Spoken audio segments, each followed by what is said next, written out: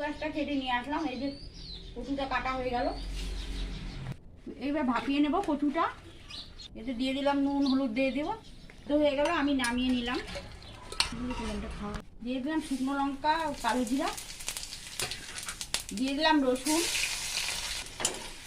দিয়ে দিলাম কোড়া নারকেল, দিয়ে দিলাম কচুটা এবার দিয়ে দিলাম, দিলাম নুন হলুদ চিনি দিয়ে দিলাম। এতে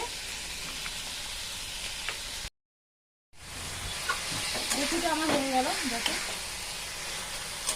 কচুটা হয়ে গেল, আমি নামিয়ে নিলাম। দুপুরে রান্না আমার রেডি, যে দেখো কচু।